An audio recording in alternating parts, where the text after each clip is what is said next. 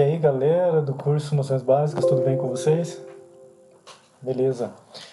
Hoje eu estou deixando gravada essa aula. Na verdade, eu estou gravando hoje sexta-feira. Estou aqui participando de um curso que eu já tinha programado.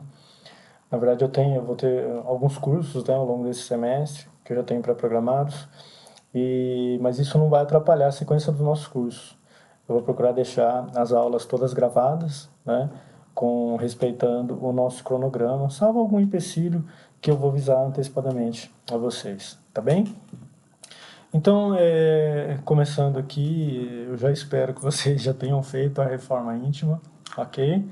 E se não fizeram, eu vou dar um puxão de orelha semana que vem, quando eu estiver aí com vocês.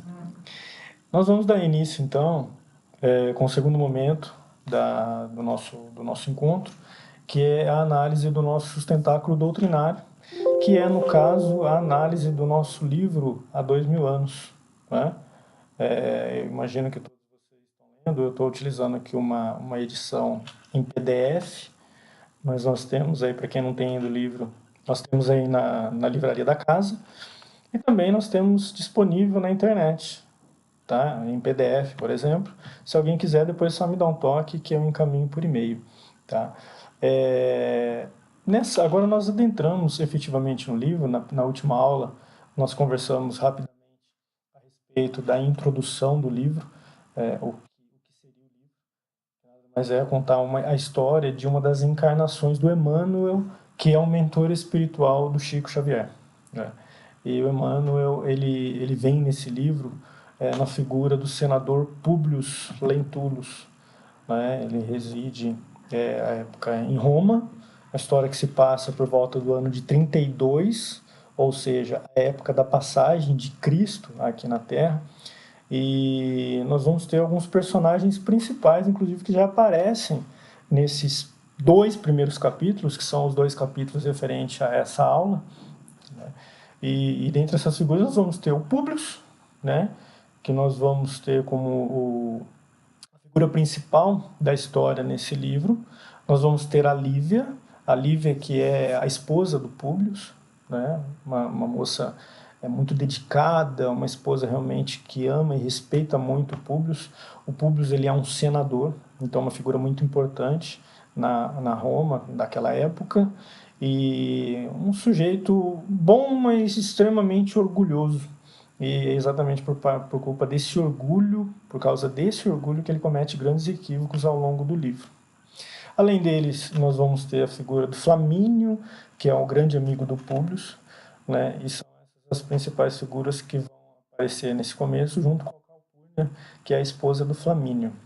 E nesse primeiro capítulo, o que nós vamos ter então? Nós vamos ter esse primeiro capítulo, dois amigos, que vai narrar exatamente uma conversa que ocorre entre o Públio e o Flamínio, uma conversa que começa narrando uma situação referente à filha do Públio, que possui um grave problema de saúde.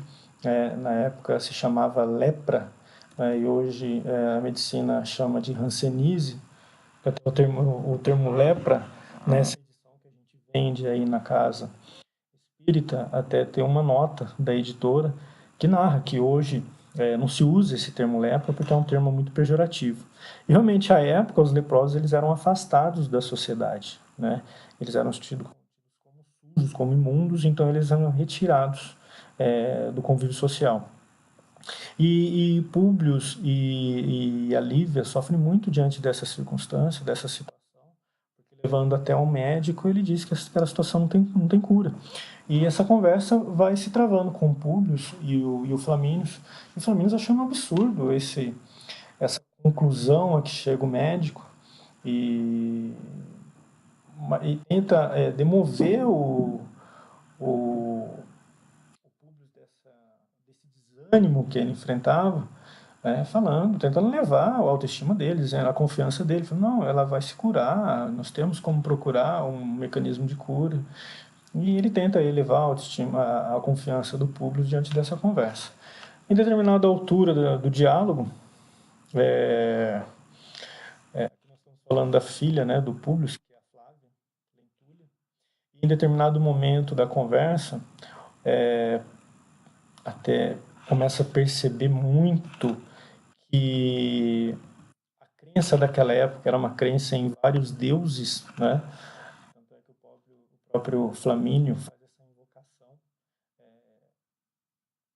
acreditando que a cura da Flávia pode acontecer em virtude da intervenção de vários desses deuses, né? E adentrando para esse campo místico, esse campo de crenças, o Publius vem e traz um sonho que ele teve, né? Um sonho que ele se reporta a uma época mais antiga, cerca de 2 gerações atrás, e ele se vê sendo condenado em virtude de diversos crimes que ele cometeu, consistentes numa condenação de diversas pessoas, a decapitação.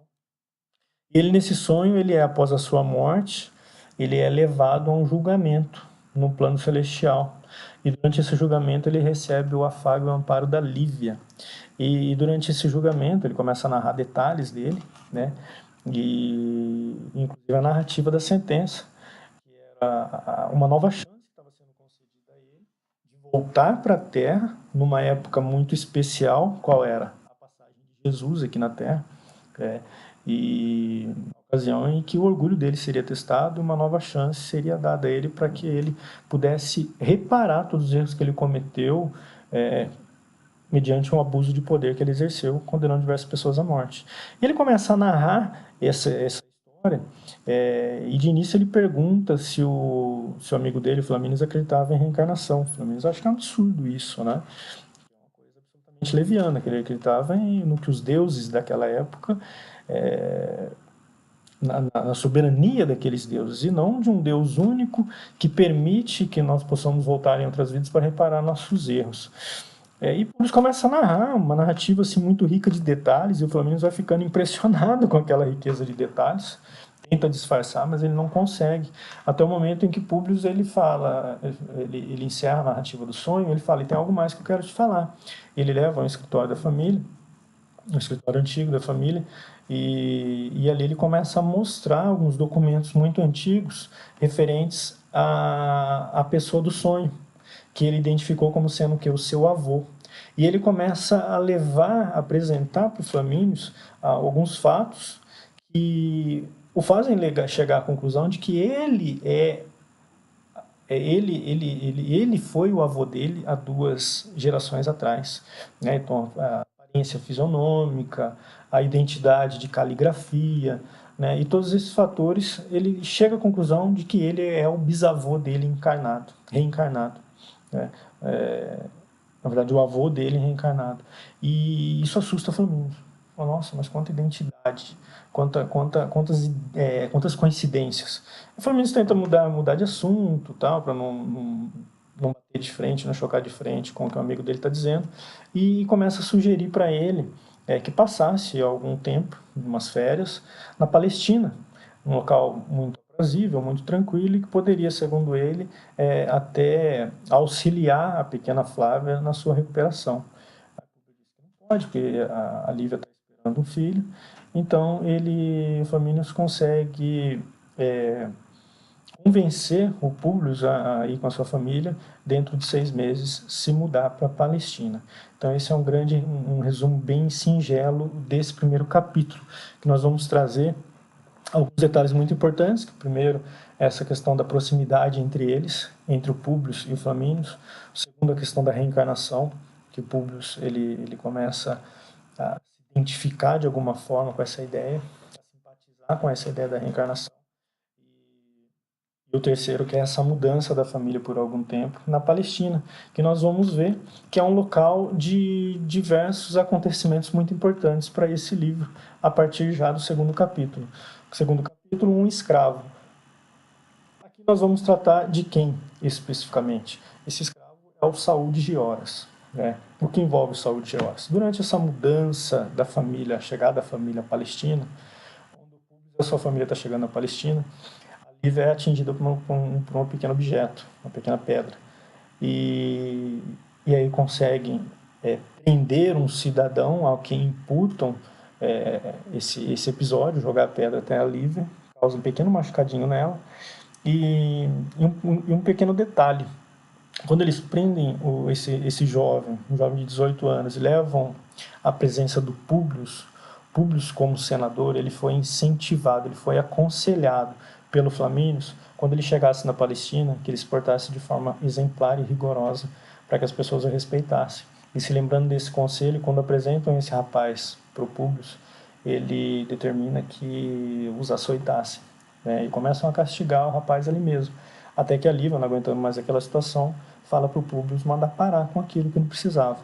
E aí Públio manda parar, e aí ainda com essa ideia de que ele tinha que ser severo, ele determina que o Saul seja encaminhado para as galeras, né, cujo destino fatalmente poderia ser a morte ou a prisão eterna, prisão perpétua, aliás. Feito isso, Públio chega à Palestina, então ele é recebido por pessoas as quais a própria Calpurnia já havia avisado a Lívia lá no capítulo 1 da idoneidade duvidosa, entre eles Pôncio Pilatos, né, e outras figuras. E logo em seguida, a sua chegada, o Públio ele é procurado pelo pai do rapaz que foi preso. O rapaz que foi preso é o Saul de Gioras, ele é procurado pelo André de Gioras, que pede que o Públio tivesse compaixão do seu filho e o libertasse, porque era ele que com o seu trabalho sustentava a família. E Públio, ainda se lembrando do conceito do conselho do Flamínio, ele se recusa, ele fala que a ordem dele é irrevogável e não admite que ninguém discuta. E ele manteve. E o André sai dali revoltadíssimo, prometendo vingança. Né? Isso choca o Públio, de alguma forma.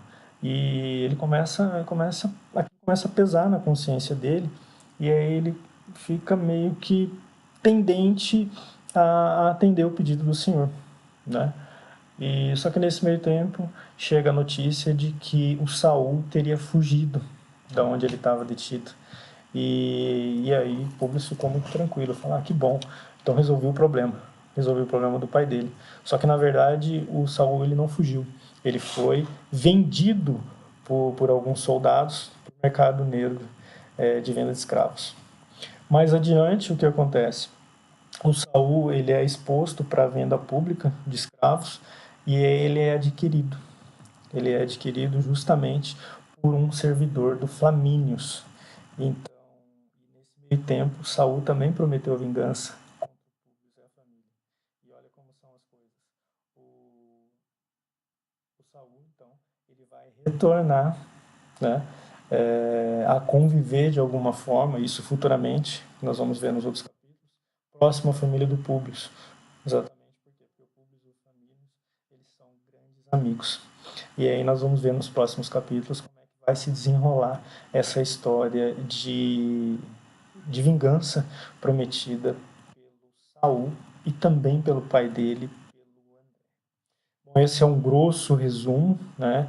É muito importante que vocês leiam os capítulos do livro para vocês entenderem melhor todo o contexto. Trago aqui alguns elementos que eu achei mais importantes. Tá bom? Lembrando que esse livro é o que a gente chama de sustentáculo doutrinário, compõe a segunda etapa da reforma íntima, junto com a agenda da reforma íntima. Tá bom? Eu vou interromper esse vídeo agora e depois eu vou voltar com outro vídeo referente ao conteúdo do livro Conhece o Espiritismo, capítulo 2, Jesus. Ok? Até daqui a pouco. Gente, voltando aqui, vamos dar continuidade agora à segunda parte da aula.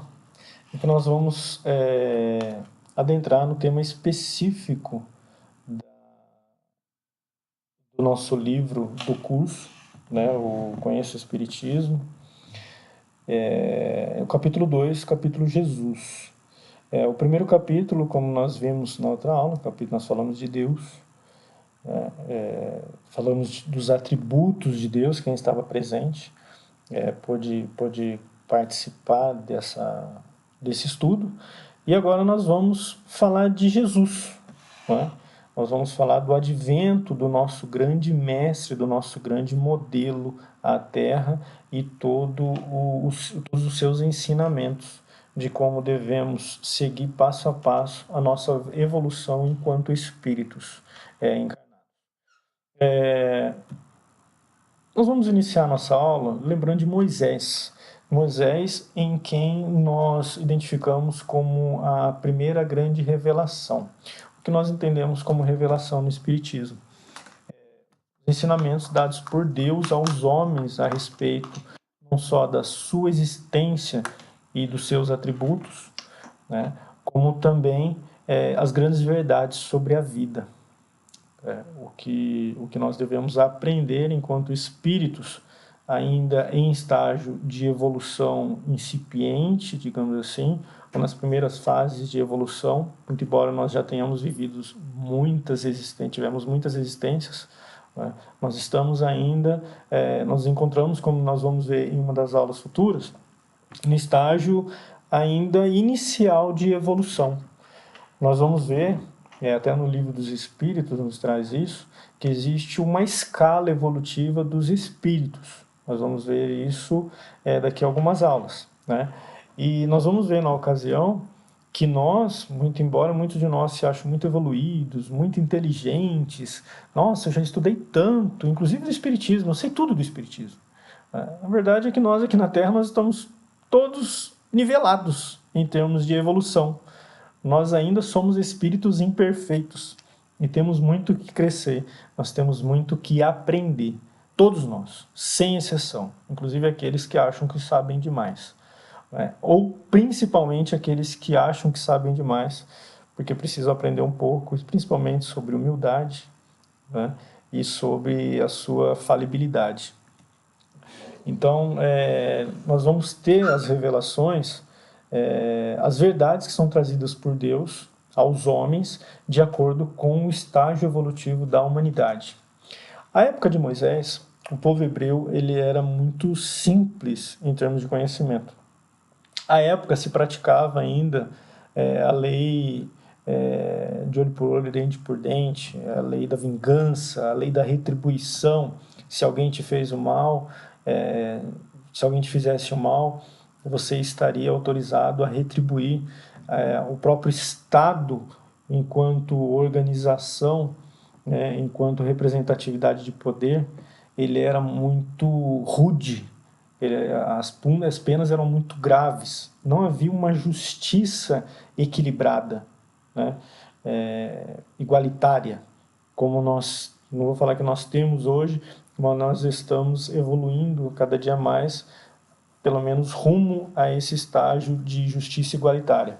Imagine na época dos hebreus, né? Há muitos anos atrás, mais de 3, 4 mil anos atrás, como é que era o povo hebreu. Realmente nós tínhamos uma realidade totalmente desorganizada, em que se cultuavam diversos deuses. Então, como Deus se apresentaria? Porque se fazia necessária a apresentação de Deus como Deus único, como Deus soberano, como Deus bondoso, Deus perfeito, Deus onipotente, Deus onipresente, com todos aqueles atributos que nós vamos ver lá no capítulo 1 que nós estudamos na aula anterior. Então, fazia necessário que Deus se revelasse, se mostrasse, se apresentasse. Então, o que ele faz? Ele faz através de Moisés. Moisés é o escolhido para apresentar ao povo hebreu a figura do Deus, né? E alguns regramentos mínimos que permitissem a vida respeitosa entre todos os povos hebreus, em todos os representantes, em todos os componentes do povo hebreu daquela época. Tá? Então, nós vamos ver aqui, lendo o nosso primeiro slide, Moisés e a primeira grande revelação. Os 10 mandamentos são, até hoje, os fundamentos da mais alta filosofia moral de toda a humanidade. O decálogo, ou seja, os 10 mandamentos, que Moisés recebeu no Sinai, foi a primeira mensagem mediúnica diretamente transmitida, sem intermediários, aos homens terrenos, pelos espíritos angélicos, em nome e por ordem de quem? Do Cristo. Esta foi a Sagrada Carta de Justiça. Então Deus precisava se apresentar para os homens. Então como ele faz? Ele pega o intermediário, lembrando que o grande Espírito, Deus, ele precisa se comunicar com os homens. Então ele se utiliza de um intermediário. Que mecanismo que nós temos aqui? A mediunidade, através da figura de um médium. Então Moisés, o primeiro grande médium, vamos assim dizer, ele nos traz as informações que ele recebe de Deus e transmite ao povo hebreu, aos homens daquela época. É muito importante nós visualizarmos aqui a presença de Jesus, a presença do Cristo já àquela época, ou seja, antes do seu advento como encarnado aqui na Terra, na sua passagem aqui na Terra, né, ele já aparece como quem? Como grande governador, como grande líder da Terra. É quem realmente governa tudo o que acontece na Terra, no plano espiritual, é Jesus Cristo. Então, a vinda de Moisés, eles já contam com quem? Com o ordenamento, com a ordem, com a determinação de Jesus. Né? Tudo isso preparando para o advento do que nós chamamos do século da Boa Nova. O que é isso? Logo após a vinda de Moisés, o estabelecimento dos mandamentos, né? E só um parêntese, naquela época o povo hebreu, Deus outorga um conjunto de regras, que são os 10 mandamentos, né? São, digamos, leis morais e leis eternas. O que aconteceu foi uma deturpação ao longo do tempo, mas os 10 mandamentos eles continuam vigentes até hoje.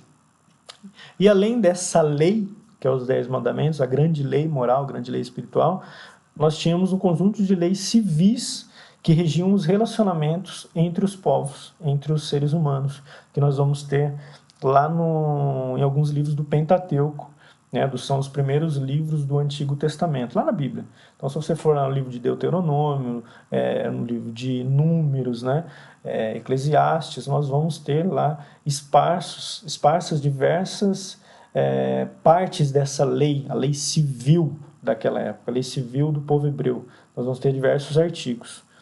É bem interessante se conhecer, quem alguém já leu o Antigo Testamento, principalmente esses livros que compõem o Pentateuco, vai entender isso, né, o que eu estou dizendo. Se não, vale a pena dar uma lida, é bem interessante, por questão até histórica, para entender como é que funcionava o mecanismo, qual era o mecanismo utilizado na composição de alguns problemas referentes à sociedade da época do povo hebreu, né?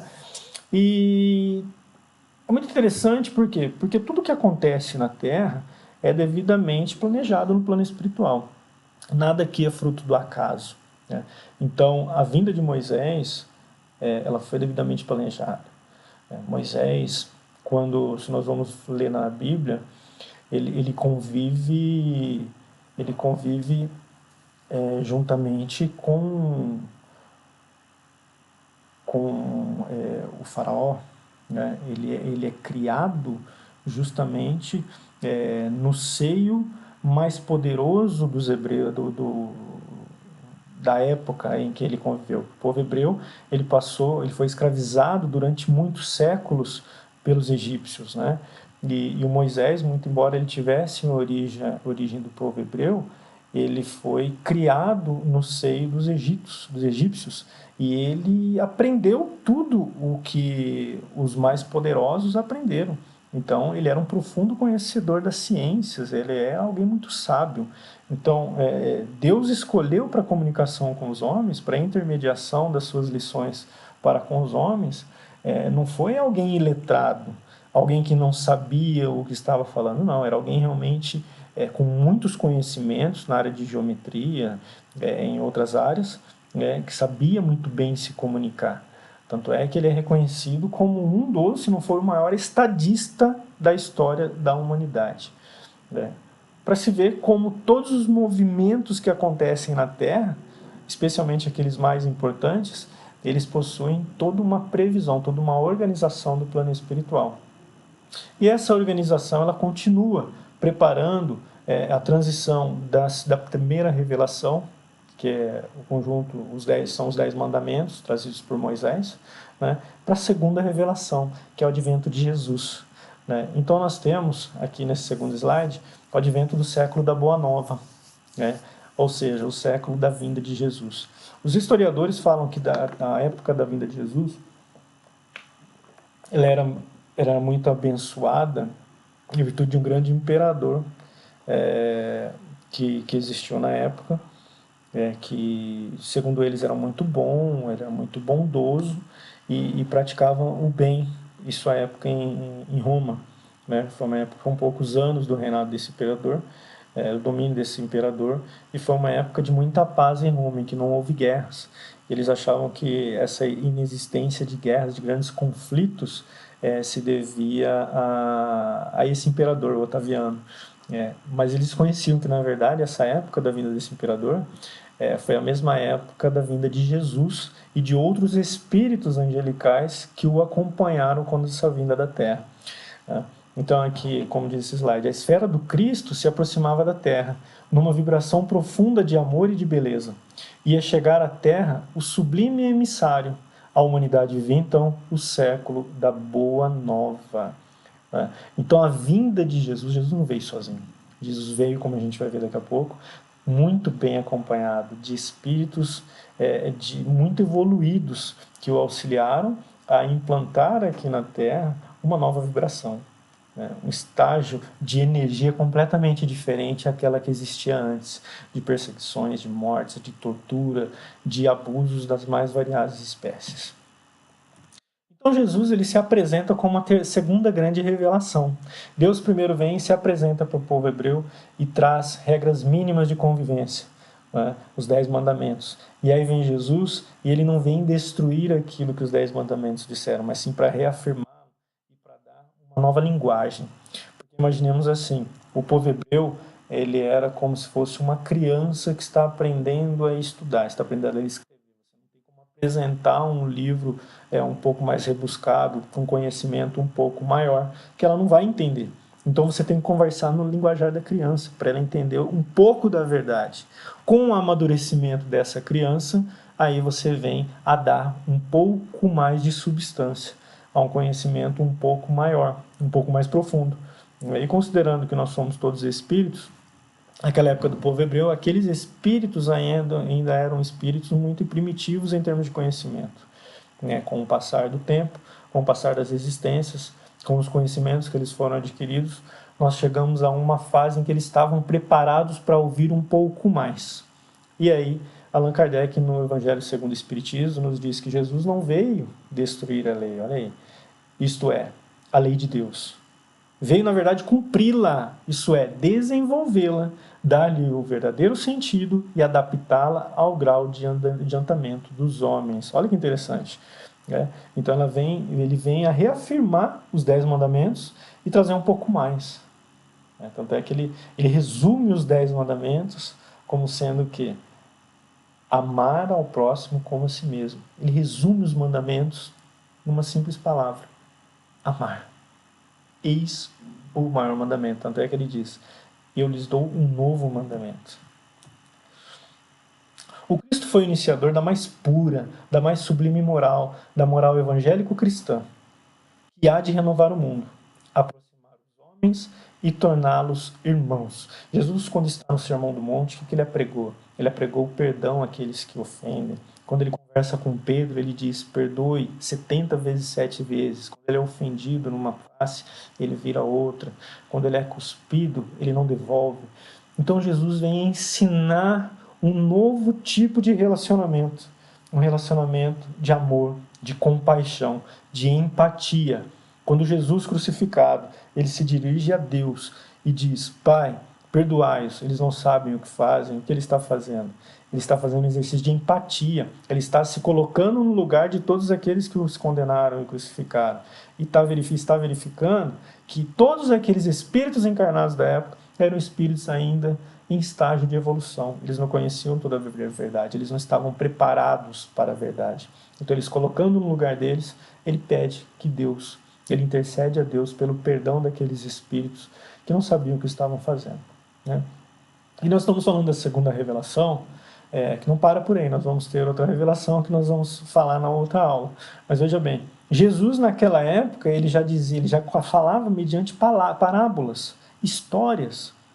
Porque a parábola ela é um mecanismo de comunicação, de transmissão de conhecimento de uma forma subliminar, ou seja, você conta uma história e através daquela história você está embutindo um conhecimento e faz com que a pessoa, independentemente do grau de instrução dela, ela entenda qual a mensagem que você está tentando passar para ela. Então, independentemente do grau em que se encontravam as pessoas da época da passagem de Jesus, o que Jesus fazia? Eu não posso deixar de ensinar, eu tenho que ensinar, eu tenho que plantar uma semente do conhecimento na mente e no coração dessas pessoas. Então eu vou contar através de parábolas. através de histórias.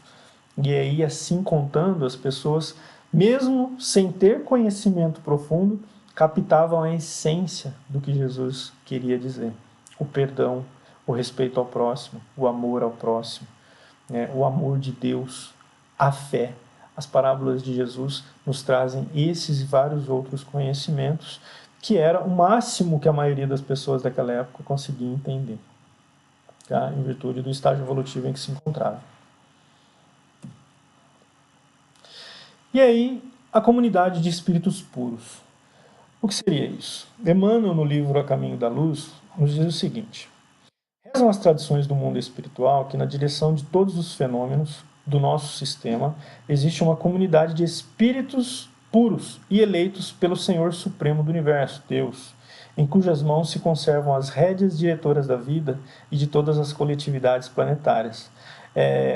Espíritos superiores dos quais Jesus faz parte. Então Jesus, assim como é o grande governador da Terra, existem vários outros espíritos, né, do escol, da linhagem de Jesus, que comandam os mais variados planetas que compõem o universo, né? E esses espíritos, eles se reúnem para tomar grandes decisões, né? No mesmo livro, Emmanuel nos diz que essa comunidade perfeitos, da qual é Jesus, um dos membros divinos, apenas já se reuniu por 2 vezes no curso dos milênios conhecidos, isso referente à Terra. Então, segundo foi transmitido a Emmanuel, essa comunidade de espíritos, do qual Jesus é um desses membros, por quê? Porque Jesus é um espírito perfeito, ele atingiu a perfeição, né? E ele compõe essa comunidade, que vai participar das grandes decisões referentes a todo o universo. E em relação à Terra, essa reunião desses espíritos aconteceu por 2 vezes. Primeiro, quando a Terra ganhou, entre aspas, a independência como planeta, né, como ela se desvinculou, adentrando o sistema solar, e aí se começou toda a história de formação de vida na Terra. E segundo, quando foi se decidir a respeito da vinda de Jesus aqui para a Terra, para trazer todos os ensinamentos que eram necessários à humanidade naquela época. Ok? E Jesus? O que é Jesus? Jesus é o tipo perfeito, é o modelo ideal que nós temos no Espiritismo. É o modelo a quem devemos seguir. Como ele diz, eu sou o caminho, a verdade e a vida. Ninguém vai ao Pai se não for por mim. Ele já deixa bem claro. Sigam o meu modelo. Né? O meu fardo é suave e o meu jugo é suave e o meu fardo é leve. Jesus dá o exemplo de como se deve seguir na sua vida para conquistar a paz de espírito, para conquistar e implementar o reino de Deus dentro dos nossos corações. Qual é o tipo mais perfeito que Deus tem oferecido ao homem para lhe servir de guia e modelo? Jesus. Allan Kardec, em O Livro dos Espíritos. A missão de Jesus. Como nós vimos, desculpa, adiantei um pouquinho aqui, dessa reunião desses espíritos angélicos, se decidiu pela vinda de Jesus para a Terra. O que Jesus veio fazer? Veio trazer a boa nova, né?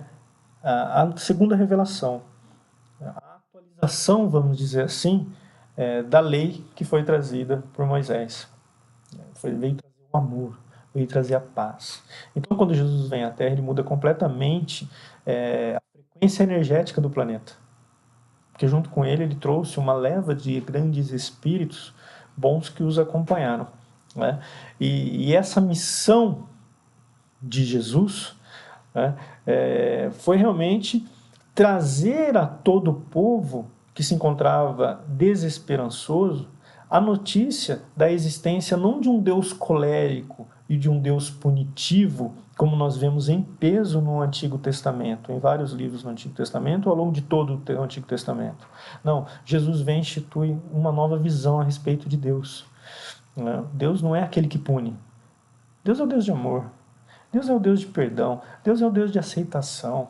Deus é exatamente aquela figura do pastor que perde a 100ª ovelha, ele guarda as 99 e ele sai correndo e não volta enquanto não resgata a 100ª ovelha. Esse é o Deus.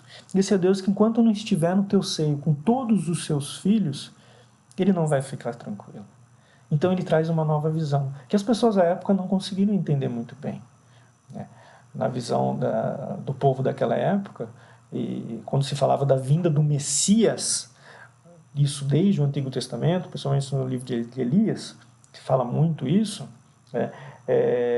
Eles achavam que, Elias não, de Isaías, desculpa, se imaginava que da chegada de um Messias, alguém libertador, que libertaria todo o povo escravizado, e que seria um grande líder de um exército, como foi Davi, por exemplo. E aí chega alguém pacificador como Jesus, muitas pessoas se revoltaram. Foi exatamente um dos pontos que levaram à entrega de Jesus à sua crucificação, né? Então, Jesus, né, o enviado de Deus, ele foi a representação do Pai junto ao rebanho de filhos transviados do seu amor e da sua sabedoria. Então, a missão de Jesus é não servir como um líder de exército para comandar uma grande guerra, mas sim trazer uma nova visão de Deus, uma visão de amor, uma visão de paz, uma visão de luz, efetivamente, para um caminho tenebroso que se apresentavam para os seres humanos naquela época, através do egoísmo, através da vingança e da justiça pelas próprias mãos. A direção do planeta Terra. Emmanuel nos diz que Jesus, cuja perfeição se perde na noite imperscrutável das eras, personificando a sabedoria e o amor, tem orientado todo o desenvolvimento da humanidade terrena, enviando seus iluminados mensageiros em todos os tempos, vem lhe fornecendo a ideia da sua divina origem, o tesouro das concepções de Deus e da imortalidade do Espírito, revelando-lhe em cada época aquilo que a sua compreensão pode abranger. Duas coisas muito importantes. Primeiro, Jesus, como grande governador, ele vem encaminhando ao longo da humanidade, ao longo da história da humanidade, diversos mensageiros.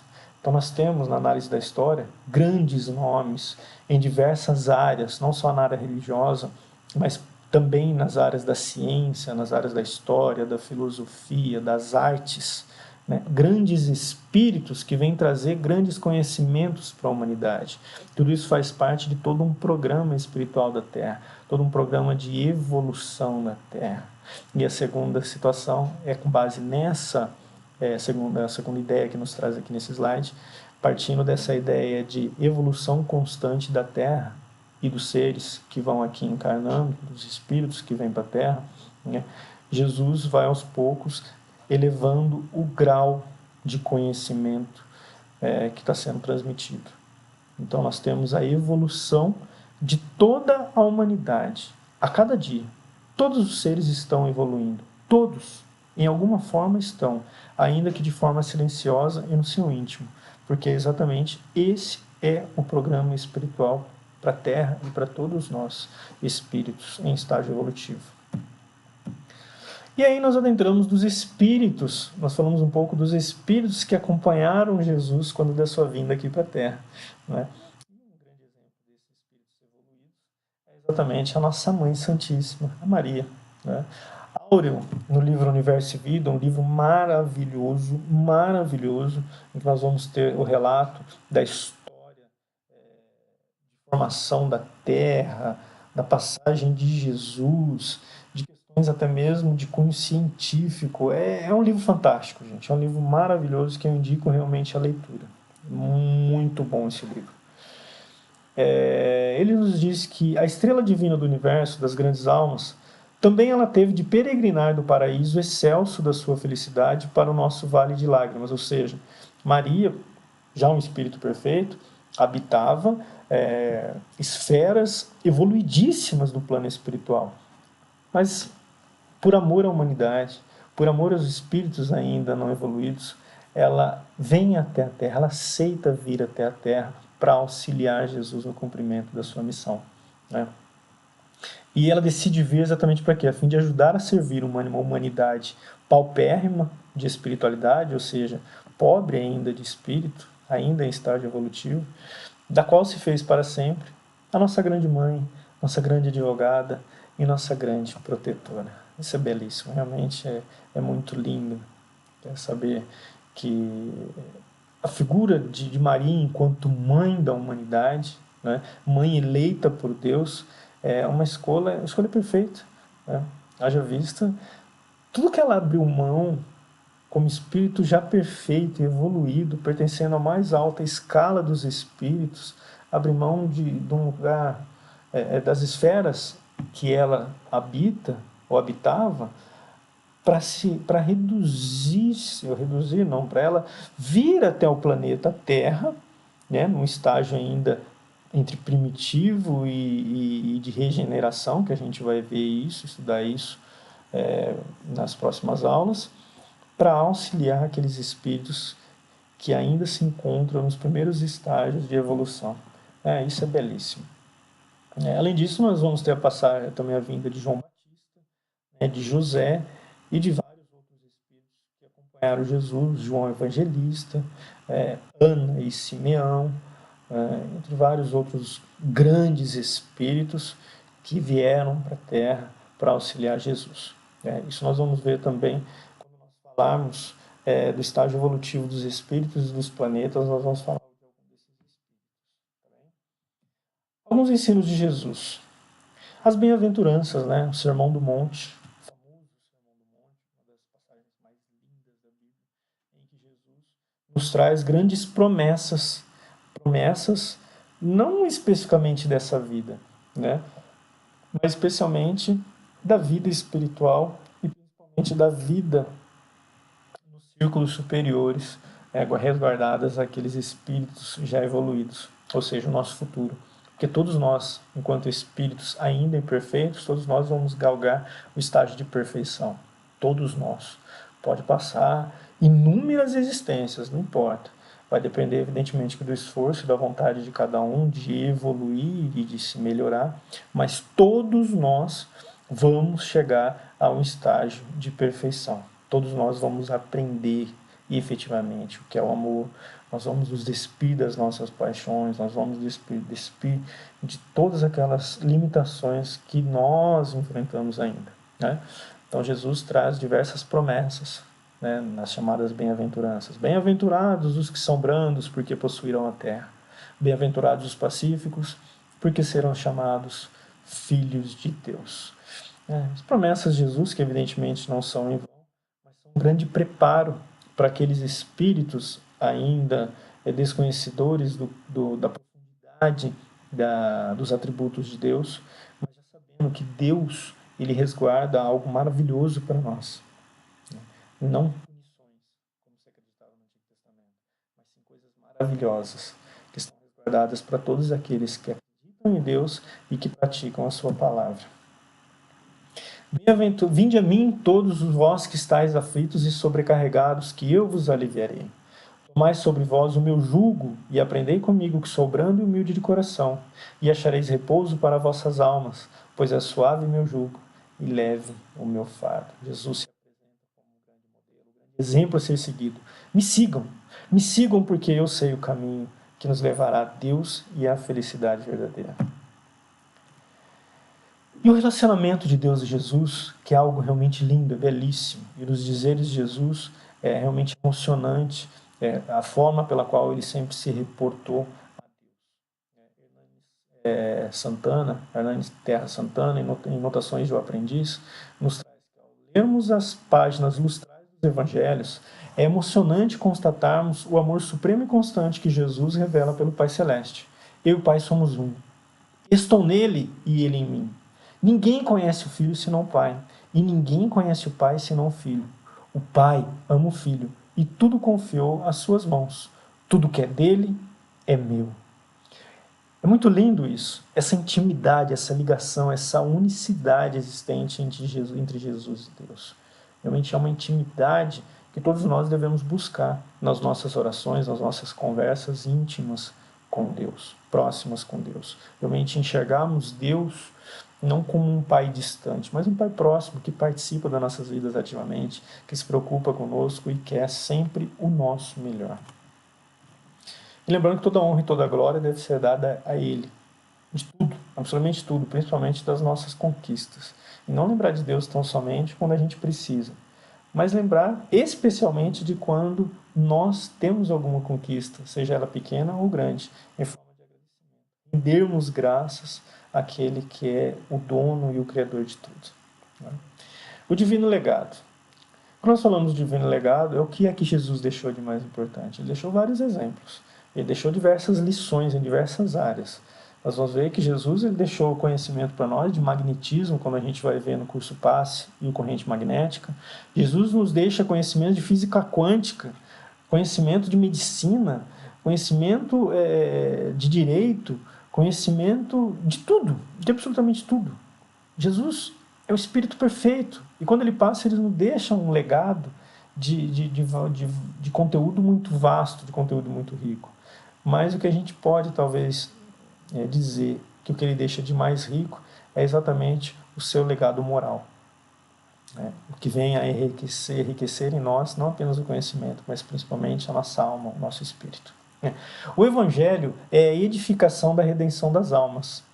O Evangelho, a Boa Nova, a apresentação de Jesus, do que é Deus, e o que isso representa para todos nós e o que deve representar nas nossas condutas de amor e de perdão ao próximo. Como tal, devia ser procurada a lição de Jesus, não mais para exposição teórica, mas visando cada discípulo o aperfeiçoamento de si mesmo, desdobrando as edificações do Divino Mestre no terreno definitivo do Espírito. Emmanuel em O Consolador. O divino legado de Jesus, que a humanidade terrena ainda não quis aceitar e não pôde receber, é o de um mundo feliz, de paz e amor, sem injustiças, sem opróbrios, sem miséria, sem orfandade, sem crimes e sem ódios, sem fratricídios, sem guerras, onde todos, solidários e progressistas, criarão a beleza, desenvolverão a ciência e as artes, a filosofia e a técnica, com um trabalho digno e repouso honesto, na nobreza do lar e na administração operosa e esclarecida. Auro, naquele livro que eu disse, Universo e Vida. Jesus nos traz uma outra realidade. Uma realidade que ainda nos dias de hoje, depois de mais de 2000 anos, nós não conseguimos seguir efetivamente, muito embora já estejamos cansados de ouvir. O reino de Deus, o reino de Jesus não é deste mundo. Nós estamos aqui na Terra para aprender, para evoluirmos, para reparar os nossos erros cotidianamente. E muito embora a gente esteja cansado e até careca de saber disso, de ler isso, que muitos de nós acham que sabem de tudo, nós ainda não conseguimos colocar em prática todos os ensinamentos de Jesus. Vejam bem, mais de 2000 anos depois. É muito importante que nós façamos todos os dias exame de consciência. Que exemplo que eu estou seguindo? Os exemplos do mundo ou o exemplo de Jesus? É uma decisão muito séria essa análise, mas realmente é muito importante. Porque Jesus veio para a Terra, o grande governador da Terra. Ele aqui desceu exatamente para nos apresentar a Deus e nos apresentar a Deus como Ele realmente é e novos paradigmas de conduta, novos modelos que devemos seguir. É muito importante a gente se perquirir, se perguntar se nós temos seguido efetivamente esse modelo e esse exemplo.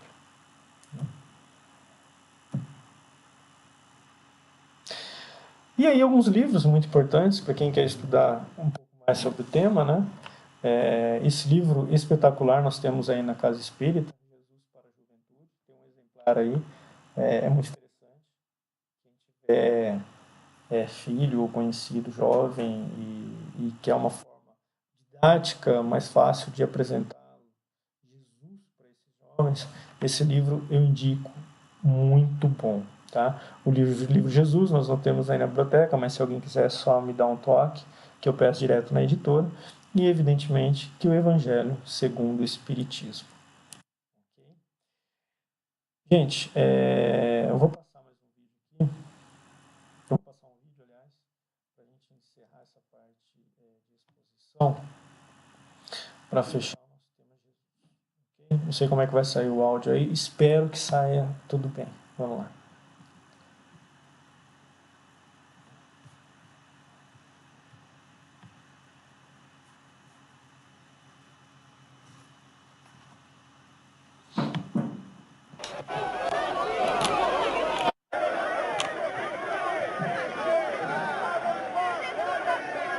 Qual de vocês, não importa quem seja, pode adicionar um dia à vida? Uma polegada em estatura. Então não se preocupem muito com o significado da vida. O que vão beber ou comer, ou com seus corpos, ou como irão vesti-los. A vida é mais do que vestes. Vejam os pássaros. Eles não semeiam, ou colhem, ou juntam a colheita, mas o Pai Celestial os alimenta. E Ele não alimentará vocês. Vocês não valem mais do que eles. Vejam as flores dos campos. Elas não fiam. Elas não tecem. Mas nem mesmo Salomão, em toda a sua glória, deixou de se encantar com elas. Então, se Deus cuida dessas árvores que estão aqui hoje, para amanhã serem jogadas no fogo, Ele não vestirá vocês? Você tem tão pouca fé.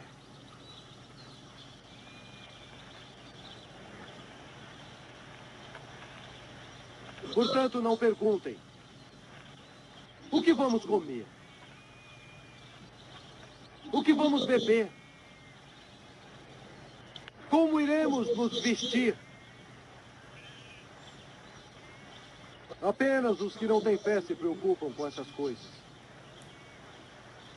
Vocês devem primeiro procurar o reino de Deus e sua vontade, e tudo o que querem será dado a vocês. Não fiquem ansiosos com o amanhã. Deixem o amanhã se preocupar com isso.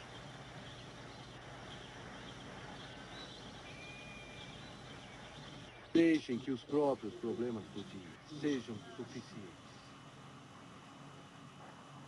Bem-aventurados os que têm fome e sede de justiça, porque serão saciados. Bem-aventurados os misericordiosos, porque eles obterão misericórdia.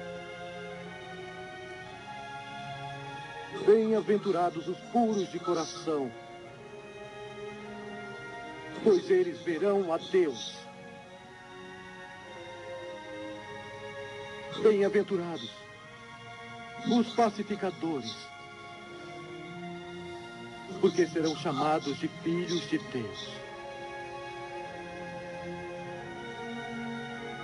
Bem-aventurados os que são perseguidos por buscarem a verdade, porque deles será o reino dos céus. Bem-aventurados vocês, pelas pessoas abusarem de vocês, por falarem todos os tipos de calúnia contra vocês por minha causa. Alegrai-vos e exaltai, pois sua recompensa nos céus será grande. Como foi a dos profetas perseguidos antes de vocês.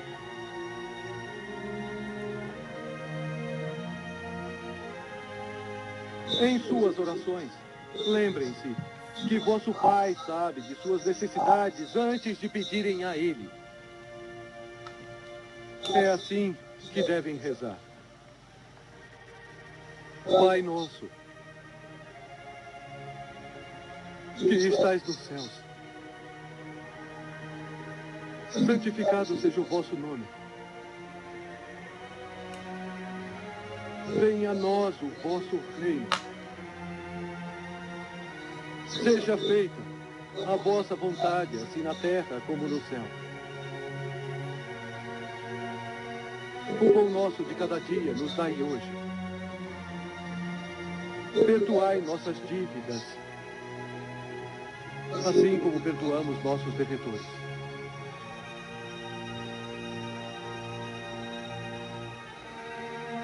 Não nos deixei cair em tentação,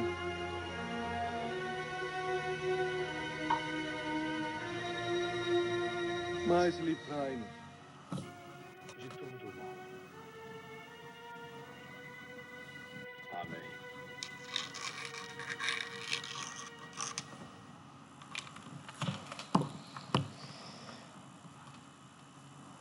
vídeo belíssimo, né? Vídeo realmente muito lindo. Espero que tenha saído o áudio aí.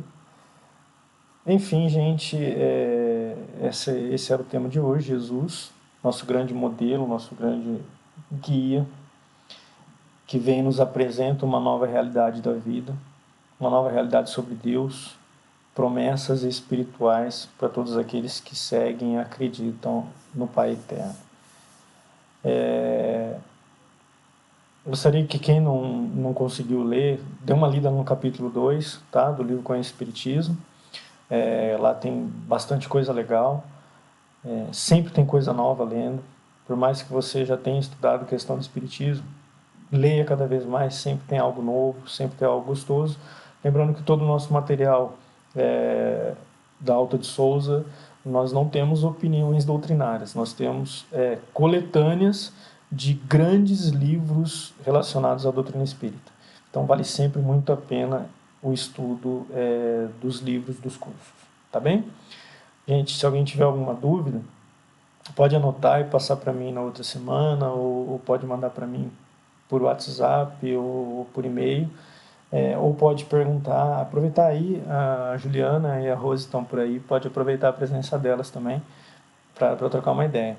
Falando em WhatsApp, precisamos montar o grupo no WhatsApp do nosso curso, para a gente se comunicar, enfim, para a gente passar informações importantes relacionadas ao curso. Eu até pedi, se for possível, para alguém aí passar uma folha e pegar o nome e o telefone, tá? Pode entregar para a Juliana, que depois ela me passa e eu vou montar o nosso grupo para a gente poder conversar. Tá bem? Então, eu vou convidar agora vocês, meus irmãos, para a gente fazer a oração final, tá bem? Vou pedir para vocês fecharem os seus olhos. Vamos acalmando os nossos corações, serenando nossa mente. Vamos nos despindo, nos limpando de tudo aquilo que nos preocupa, que nos angustia. E vamos, nesse momento, manter a nossa conexão com Jesus, o nosso grande modelo e guia. Vamos elevando a Ele os nossos pensamentos, as nossas preces individuais.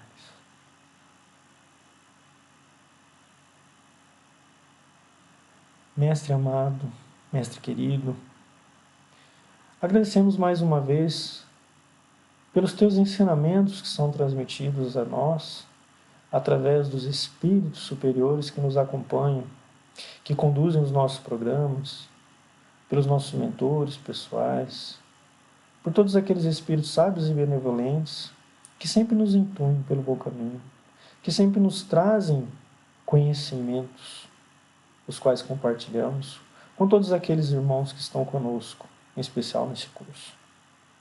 Pedimos a Ti, Mestre, que abençoe o nosso curso, que abençoe a todos nós que participamos dele, que abençoe todos aqueles que nós sabemos que chegarão para conhecer a doutrina espírita através deste curso, que possamos formar um grupo coeso, um grupo unido, um grupo harmônico. Sabedores que somos que a frequência desses cursos do ciclo introdutório são de suma importância para que possamos formar trabalhadores na casa espírita, nesse programa Alta de Souza. Que possamos nos despir das nossas paixões, das nossas vaidades, de todas as nossas limitações, e possamos nos revestir do Teu amor, da Tua sabedoria, de tudo aquilo que nos é necessário para seguirmos a nossa jornada evolutiva aqui na Terra. Que possamos nos manter unidos, que possamos ter respeito uns com os outros, que possamos ser companheiros uns com os outros, possamos ser tolerantes uns com os outros, e possamos principalmente sabermos que somos instrumentos do nosso Pai para alcançarmos aqueles irmãos que ainda se encontram nas trevas, que ainda se encontram sofrendo, muitas vezes em silêncio, muito próximo de nós. Pedimos a Ti, Mestre, que nos acompanhe no retorno aos nossos lares, que possamos chegar em paz no encontro aos nossos entes queridos. Elevamos ao nosso Pai a oração que nos ensinou, a uma só voz, como intenção ao nosso final de semana. Pai nosso que estais no céu, santificado seja o vosso nome, venha a nós o vosso reino, seja feita a tua vontade, assim na terra como no céu. O pão nosso de cada dia nos dai hoje, perdoai as nossas ofensas, assim como nós perdoamos a quem nos tem ofendido. E não nos deixeis cair em tentação, mas livrai-nos, Senhor, de todo mal, e que assim seja.